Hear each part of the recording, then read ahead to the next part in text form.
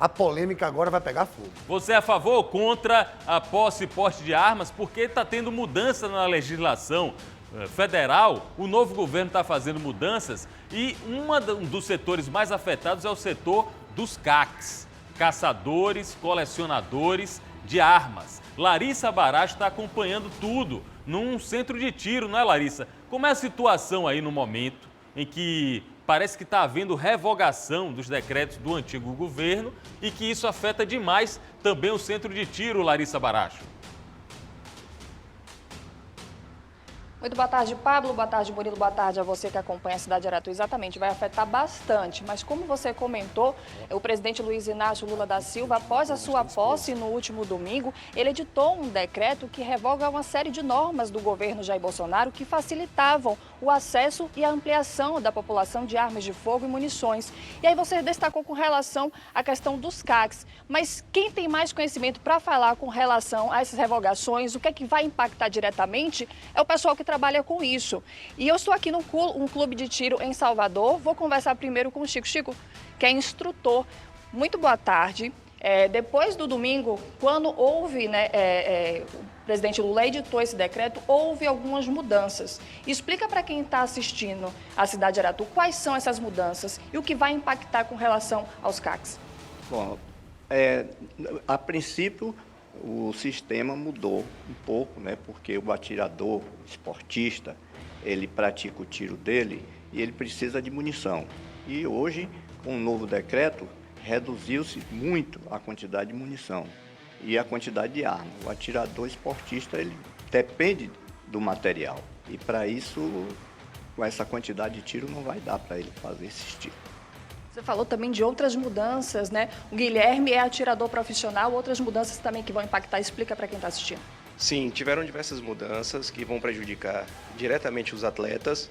Inclusive, a principal delas é a suspensão, proibição temporária da venda de insumos para recarga de munição, que são os componentes utilizados para que os atiradores, atletas, os desportistas, competidores possam fazer a sua munição de acordo com as regras de cada modalidade.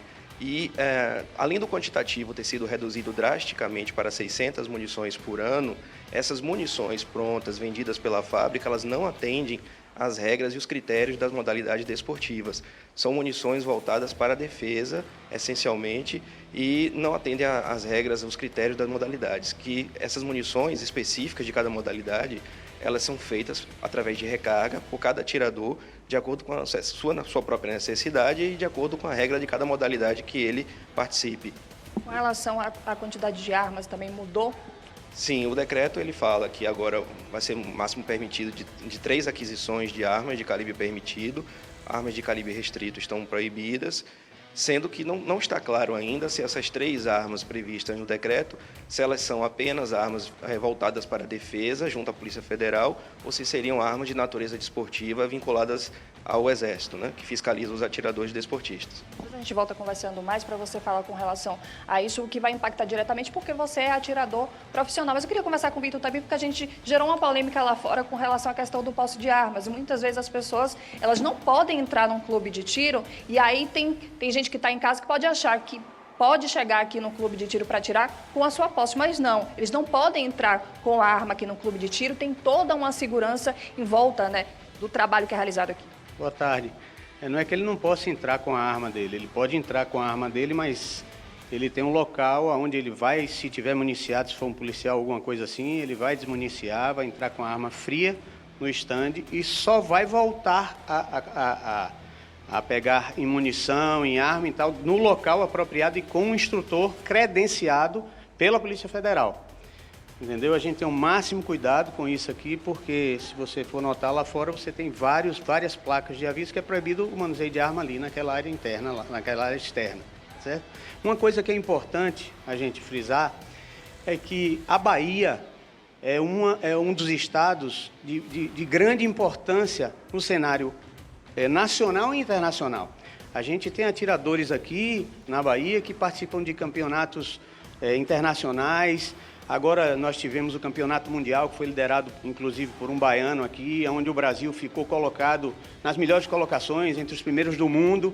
Então a gente tem essa necessidade como o Guilherme falou da quantidade de munição e da capacidade de poder fazer a recarga e ter os insumos que a princípio está proibido. Larissa Além Baracho está disso, a gente acompanhando tem um tudo, espaço viu? ali do acesso. Daqui a pouco a gente volta com Larissa. É importante a gente fazer um debate. Dá para perceber que o pessoal do clube de tiro está insatisfeito com as novas medidas. Só que é importante a gente fazer um debate entre também as pessoas que são contra o posse de arma, contra o armamento, contra porte de arma e que estão favoráveis a essa nova legislação proposta pelo governo de Luiz Inácio Lula da Silva. Na legislação do armamento no Brasil. Está afetando principalmente o pessoal dos CACs, né? Os clubes de tiro, né, Murilo Vilas Boas? Onde está Larissa Baracho. Aqui, ó, coincidentemente, né, neste imbróglio que está acontecendo aí no Congresso, a gente está vendo aqui, ó, ela vai atirar. Como é? Já Ela, tá pronta? ela vai atirar. Ela vai praticar, será que ela tem pontaria? Larissa Baracho, é com você. Eu volto daqui, viu, Pablo Murilo, do clube de tiro. Estamos aqui dentro do estande. Daqui a pouco, os atletas de tiro, eles vão atirar porque eles têm a permissão, a autorização para estarem ali atirando. Mas é um tema que a gente sabe que gera muitas dúvidas, muitas especulações com relação a esse caso. A gente estava conversando com relação a posse e porte de arma, para vocês terem uma ideia. Para as pessoas que têm um porte de arma, né, virem até um clube de tiro com a sua arma, eles precisam do guia de autorização e do CRAF, né? E a arma tem que entrar aqui desmuniciada. Isso. Na verdade, vamos só deixar claro que no porte, ele é uma modalidade de condução da armamento para a defesa que é expedido pela Polícia Federal. Os atletas que estão aqui hoje, eles são registrados no Exército como atiradores desportivos, para eles participarem de qualquer treinamento, competição, conduzir o seu armamento até esses locais de treinamentos e competição. Eles precisam desse registro no Exército, que é o primeiro documento que se obtém. Depois ele vai fazer a aquisição desse armamento mediante uma autorização prévia também concedida pelo Comando do Exército, e uma vez concedida essa autorização e adquirido o armamento, é expedido o certificado do registro dessa arma e expedido também um documento chamado Guia de Tráfego, que autoriza ele a sair de casa com esse equipamento desmuniciado, ir para o local do treinamento e da competição, participar desse treinamento e retornar para o local de guarda do seu acervo. A gente pode ter a ideia de que é muito fácil ter o posse e aporte de uma arma, mas é todo um processo que custa muito caro e que também gera realmente um processo muito grande. Não é qualquer pessoa que pode ter uma arma. Não. Os critérios para se ter acesso a qualquer armamento hoje, seja como defesa junto à Polícia Federal, seja junto ao Exército Brasileiro como atleta, são bem rigorosos. Como defesa, a pessoa precisa passar por várias avaliações junto à Polícia Federal, psicoteste, apresentar toda essa documentação válida, comprovante de atividade ilícita, residência, junto ao Exército também, psicoteste, capacidade técnica, atividade ilícita, e fazer os testes de proficiência no tiro, né, para poder ter essas autorizações. Além disso, os prazos são muito longos, a espera pode durar. Para se tornar, por exemplo, um atleta de tiro desportivo, o primeiro documento, que é o certificado de registro, pode levar até 6 a 9 meses para ficar pronto. Mesmo demora, às vezes, ocorre com as demais autorizações, e os custos envolvidos, que também são muito altos, especialmente no estado da Bahia, que tem a maior tributação do Brasil nesse sentido. Daqui a pouco a gente conversa mais, os atletas já estão aqui preparados, a gente já está com abafador, está com óculos, é toda uma questão de segurança aqui dentro do estande também, não é qualquer pessoa também que pode vir para um clube de tiro. Daqui a pouco a gente fala com relação a isso, porque as pessoas, eu quero ir num clube de tiro, vou lá atirar. Não, tem também todo um procedimento. Mas, e para atirar também tem que ter o comando de uma pessoa. Então explica para a gente qual vai ser a primeira pessoa a atirar aqui e qual é o tipo de tiro. Um estande de tiro, ele é um ambiente muito controlado, tá? Ele precisa da presença de alguém para orientar a linha de tiro, que é esse espaço em que os atiradores ficam organizados, certo? Se houver qualquer intercorrência, uma arma que falhou, uma munição que falhou, o responsável ele vai lá e o tiro ele inicia sob comando e ele encerra sob comando. Inclusive, as armas chegam no estande de tiro totalmente desmuniciadas, acondicionadas nos seus respectivos cases, separadas da munição, e só podem ser carregadas, e o tiro só pode acontecer com o comando do responsável pela linha de tiro. Vitor está mostrando ali como é que chega, né, Vitor? Sim, ele ali, ele está fazendo o procedimento para poder retirar o equipamento da maleta, né? A arma ela chega acondicionada, como vocês podem ver, numa maleta, devidamente preparada para isso, totalmente desmuniciada, os carregadores estão vazios, a munição ela é acondicionada em outro compartimento, tá?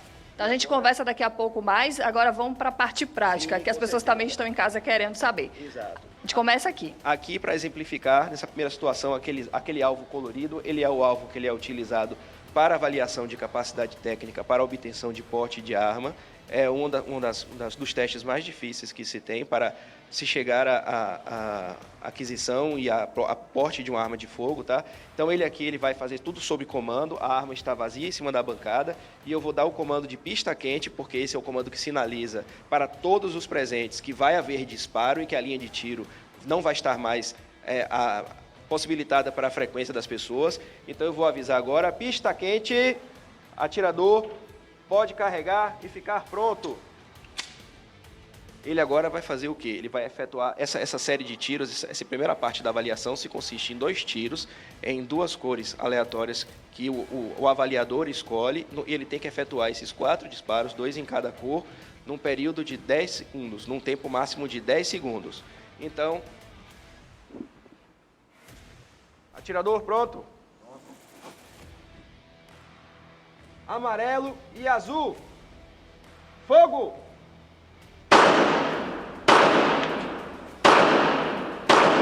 Ok. Então, vamos simular agora como se ele já tivesse encerrado a avaliação e eu tenho que dar o comando para que ele retire toda a munição da arma, que é o termo que a gente usa, é esfriar a arma, tá? E ele vai ter que botar essa arma vazia, desmuniciada, em cima da bancada. Atirador, por favor, esfria a arma.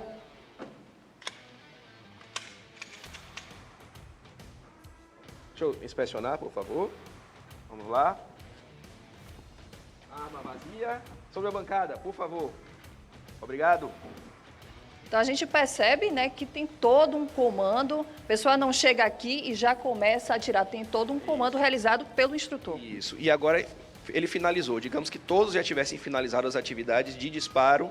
Então, como é que eu sinalizo para as pessoas, por exemplo, a pessoa quer ir lá ver o alvo, quer ir posicionar o alvo no local. Então, o comando que o responsável pela linha de tiro tem que dar para sinalizar para todos que essa linha de tiro já está segura para avançar é o pista fria. Então, ele terminou de atirar, todos terminaram. Então, eu dou o comando. Senhores, pista fria. Então, nesse momento, ninguém mais toca em arma. Pronto, daqui a pouco a gente volta mostrando mais tipos de tiros, explicando como é que funciona. E eu volto com vocês aí no estúdio, viu, Pablo, Murilo? Isso aí, muito obrigada, Larissa, agradecendo aí também aos nossos entrevistados, quando a gente fala deste assunto aqui no estúdio, todo mundo, ó, olhando para ver, a curiosidade impera.